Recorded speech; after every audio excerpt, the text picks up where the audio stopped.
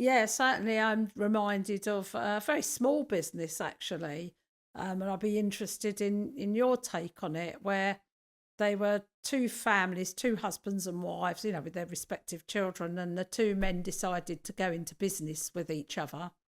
And I think one or both of the wives was going to work in the business, and then once they'd bought the business and put all their money in and decided, one of the partners realised that he'd actually signed something that left him in a much worse position than the other partner. He hadn't really checked. He'd left all the finances in the hands of the other partner, who decided that he actually wasn't going to do any work at all. So he wanted his partner, who was in a worse position, to do all the work, and he just wanted to take a percentage of the proceeds. And that unfortunately is something you sometimes see, where one party in a business is more savvy when it comes to the documentation or the finances than the other, um, and you end up with a lopsided arrangement, which is potentially unfair to one party, and that is one of the biggest issues in all businesses, and in particular in family businesses, is around trust.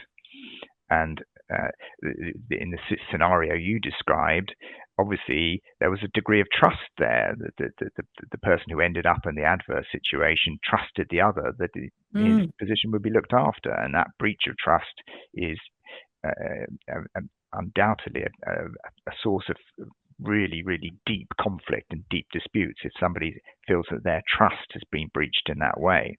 And within family businesses, there is a broader sense of trust that I'll be looked after because it's a family business, and I trust my brother or my father or my sister to run things properly, and I don't need to check up on them because they're family.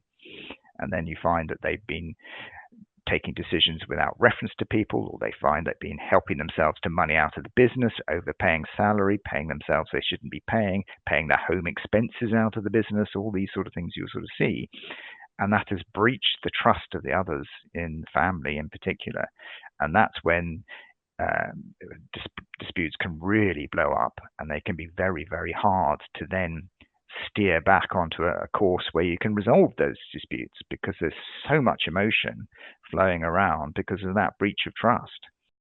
Yes, and I know in that case, then the guy who was in the lesser position suddenly decided, well, I'm not going to do any work then, and then that risked everything.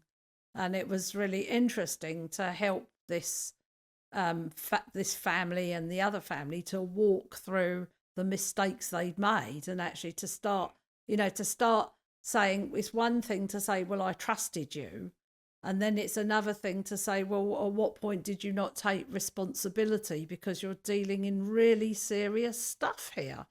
And interestingly enough, I could socialize with you for years, and we could know each other in all sorts of levels, and then suddenly we bring money into the mix, and I don't know you and you don't know me.